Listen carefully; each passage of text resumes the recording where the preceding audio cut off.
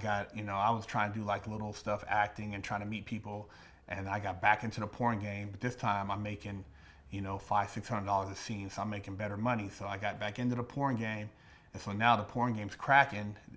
This is 98, 99, and I'm doing that for a while, and occasionally I go back to Sacramento, visit, put down a move with my brother or something like that. Put some strong arm move down, but for the most part, I was paying my bills by doing porn.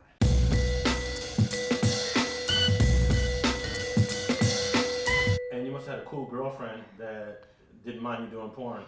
Nah, she kind of didn't know, but she found out. But then at the same time, she liked a certain lifestyle. So, to pay the bills, I gotta do what I gotta do. And I'm like, well, shit, what do you expect me to do? It ain't gonna make it doing a 9 to 5. And lo and behold, that I know though, there's a lot of dudes in the porn industry that used to hate on me. So they used to call my house, and back then you had answer machines, and they would call and leave messages of where I was at during the day. And so when I come home, she would know exactly where I'd been based on these dudes snitching on me. And so, I had a lot of shit going on, and I tried to maintain as much as possible. But this was back in 98, 99, and shit, man, I had a lot of expenses. And then I met a guy who also is in a porn game, but he has, he knows about my street cred, and he's like, oh man, we can put this bank robbery together and make some money, man, and you can like do this and that. And I'm like, oh shit, I'm already doing licks in the street, so this might, fuck it, man, let's do it, you know what I mean? And so we put together, the whole plan to go rob this bank, and it goes all bad.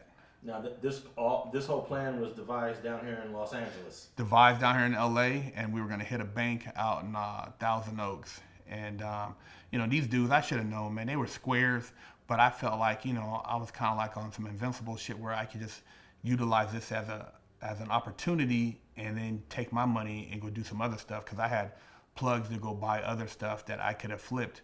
So I was going to use it as seed money. And, everybody had their own plan, but, it was a bad mistake. These guys, they had never really done street shit. And so that was the first sign that I shouldn't have went with it, but I went with it anyways because I'm like, fuck it, have hard, had money. Now, do you ever weigh the risks of getting caught doing something as serious as a bank robbery before you do it, or do you not even think about that? You, to some degree, entertain that, but at the same time, you're like, fuck it, it is what it is. With that mind frame I had at the time, I had a like fuck it mentality where, I didn't fully understand the a lot of the seriousness of what I was getting involved in. And then, I was already doing so much. I had already made so many bad or negative decisions that my ability to make conscious choices that were beneficial was null and void. So entertaining a bank robbery, it would be like, oh man, pass me that candy bar over there. You know what I'm saying? I entertained it without a thought, which, today I would just, laugh at a dude if they talk about robbing a bank. Leaving the bank, we seen the cop, he fucking timing, as we left the bank, he basically pulled in right behind us, bumped us, and we had a high-speed chase, and, we tried to ditch him, and at one point we thought we ditched him, we switched cars, and then as we left in that second car, they got right back on us, and, it was raining, and, it was on the freeway, and it was, I don't know, probably 10 cop cars, 12 cop cars, helicopter, and they threw the spike strip, and they threw the spike strip, that's a wrap. We can only roll so far on rims, and as soon as they stopped the car, I just jumped out. They let the dogs loose, and the dog ran, and the canine unit ran to the car. We were in a Navigator. I jumped out of the Navigator, jumped over the center divider, ran across the freeway, and I just was running, man. I knew I was gonna get caught. There was nowhere to hide, and they eventually caught me like on the beach. I jumped a couple fences, and I looked around. There was nowhere to go, and they already had cops ahead that were waiting in case we came past them. And so I was arrested on the beach like with about 6-7 cops. It's almost like impossible to evade the police when you have the helicopter. Yeah, you're not, and then they're communicating to other cops. You're not getting away. They got roadblocks like miles ahead. So even if you do get away, they got people already waiting every so many miles, and it's just. In the bank, you can't make no mistakes. 20 seconds, 30 seconds is basically the difference between getting away and not getting away. If we would have left 30 seconds before, we would have got away. We switched cars, threw all the clothes in his car, got away. We took off. They would have been looking. They would have never found us. 30 seconds, us coming out, booyah, the cop pulled right in. They wouldn't have seen because we had 2 cars. We had switched. So, in the movie, they make it seem like you got all this time and they're doing all this and you're shouting commands. When you're in the bank, man, shit's happening so quick and you're looking around, you got a ski mask on, you're breathing on. It ain't all that like Hollywood shit, and it didn't play out, And some people do get away. I got a homeboy who robbed 33 banks and got away, but then eventually got caught. So one way or the other, whether you rob one bank, you might get lucky, but then there's always something that could lead back, and you don't think about all that stuff when you're in the game. Now, the guy that you was in the porn game with, he was with you in the car during this high-speed chase? Yeah, he was the driver. He wasn't on the type, I was the first one out the car when we went to rob the bank. I ran up in there first, laid everybody down. This guy, he wouldn't cut like that. He just was a driver, and he was, when we drove and switched cars, he was the driver who was still in the navigator when the car actually stopped on the freeway. So both of you guys get caught? All 3 of us. There's another guy, too. There's another guy ran in the bank with me. He gets caught also. So he gets caught. They get caught in the car. I get caught on the freeway. And, we all get taken down to Ventura County Jail. And, the main thing is keep your mouth shut. But one of the guys, not the guy I met in the porn game, but his friend, when he's pretty scared. So I guess as soon as they arrested him, he told him the whole story. And so it's all laid out in black and white in the discovery that he basically laid out all the plans. And, you had no choice at that point but to, plead out. We get taken to Ventura County holding facility, and, we think we're going to get arraigned by the state. The state drops it. The feds pick it up, which they often do because they, get paid more money to convict in the feds than they do in the state. So they took it to the feds. We go to MDC LA, and we get arraigned. And when you first get arraigned, they basically have a grand jury indictment. You get arraigned, they determine whether or not you're suitable for bail. And then at that point, you really don't know, the general charges, but you don't know what information they have against you. So it was probably about a month or more before we knew exactly what information they had relating to the actual bank robbery, the details. And at that point, what they call a discovery, we got our discovery, and that's when I found out that the guy that the homie that was in the porn industry had brought in, he had told everything. So he had basically snitched, but didn't tell us, and he planned on somehow cleaning it up. So he was going to try to recant what he said, but at that point, they already had it in writing. You're pretty much fucked. Okay, so this third guy is actually, later on in life, he became nationally known because he was gunned down by the LAPD on Skid Row in downtown LA. That's right. Little did I know that this guy, he said his name was Charly Satterman, but that wasn't his real name. Apparently he had taken somebody's passport and took on their identity, but that's what he was arraigned under, and that's what he was sentenced under.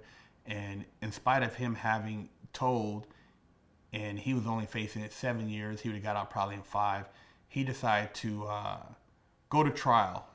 And so he went to trial, and they tried their best, I guess, as attorneys, public pretender, to take the deal for 7. He went to trial, got 15. He went crazy in the pen, got out after I did. I did the most time out of everybody, but he got out after 15 years, was living on Skid Row, and was known as Africa on Skid Row. And it happened, I think, a couple years ago. He was actually shot on Skid Row by LAPD. They said that he allegedly reached for the gun of one of the cops that were doing a clearing of the area, and he was shot 5 times and died. And his family were paid $5.5 million for that death. Before the bank robbery, he seemed like a cool dude. He had ambitions of being the next Robert De Niro. He was taking acting classes. He was in really good shape. He seemed pretty sharp. Spoke French. Was really a dapper dude. So he was quite convincing, and maybe that was his acting skills that kind of won me over. But he seemed like a decent dude. So, outside of the bank robbery, he seemed like he would have probably been somebody cool to hang out with. It's just, we both made some bad choices. And then your other co-defendant, what happened to him? The other co-defendant, his name was Raja. That was what they called him. But he got out. He only did 6 years because I had the worst criminal history, so I did the most time. But I heard took a deal. I think he got like 6 years, like 70-something months. And I hadn't really seen him. I crossed paths with him one time when I got out on the porn set when I was trying to get back into the game. But he died from lupus. So he was out maybe a year or two, and he died. So both of those guys are dead. I'm the only one alive for my case. And so how much time did you plead to? I actually pled to 120 months. They tried to give me actually 12 years, but 100 what would that be, like 144 months. But I have started studying the law as soon as I got locked up because I knew there was a loophole somewhere, and I knew that this court system was some bullshit. So I started studying the law, and I actually found a case which was relevant to my case, and I put together a motion and argued at my sentencing, and so I actually got 2 years knocked off my sentence at sentencing against the will of my public pretender because she had already probably told him he's going to just plead out. So I knocked my 12-year sentence down to 10 years, and so I actually did 8 years, 9 months off of 120 months. And is that 85%? 85%. Federal penitentiary, it's like being in purgatory, man. You know that life is going on, people are living, enjoying, but you're in a box. You're basically living in a bathroom with another man, and you got rules that are unsaid that you have to follow. A lot of politics. A lot of racism at its greatest, and just a lot of ignorance and people who are trying to tell you what to do with your life, and so, depending on what you do with your time, you either mentally prepare yourself while you're in there because they're not going to prepare you, or you become institutionalized where the lifestyle in prison becomes a norm where you feel it's not that bad, so, if you had to, you could do it again, and that's where people go wrong. And a lot of people actually buy into that whole prison inmate convict mentality. And that's what I never bought into. And that's what allowed me to kind of rehabilitate myself, self-rehabilitate. But like a lot of guys in there, they try to run your program for you. They get mad when they see that you're not hanging out with the blacks per se or kicking it or whatever. And so it's a lot of people in your business in the feds. When you first start your time, you got to detach from everything. You got to realize that you have no control over a lot of things going on the street. You can't worry about what your girl's going to be doing over the next 10 years, who she's having sex with. You can't try to think about like the material things you had out there, if they're still going to be there. You just got to kind of think long term and feel like, okay, what am I going to do with my time? Am I going to figure out a game plan? Am I going to, what am I going to do to change the way that I think that got me here, And that's kind of like what I did. A lot of people don't do that. I did a lot of self-analysis, and my whole thing was to read a lot of, I studied the law, read a lot of business, and just to separate myself as far away as possible from a lot of the ignorance that got me there, and the thinking, the decision making, because we've all made decisions that basically led up to that point.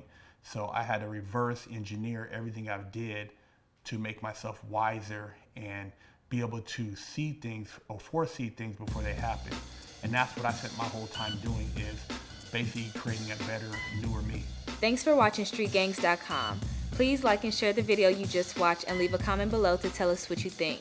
You can also watch 2 of our previous episodes to the right. Please visit the link to our Patreon page and support our campaign. And don't forget to subscribe.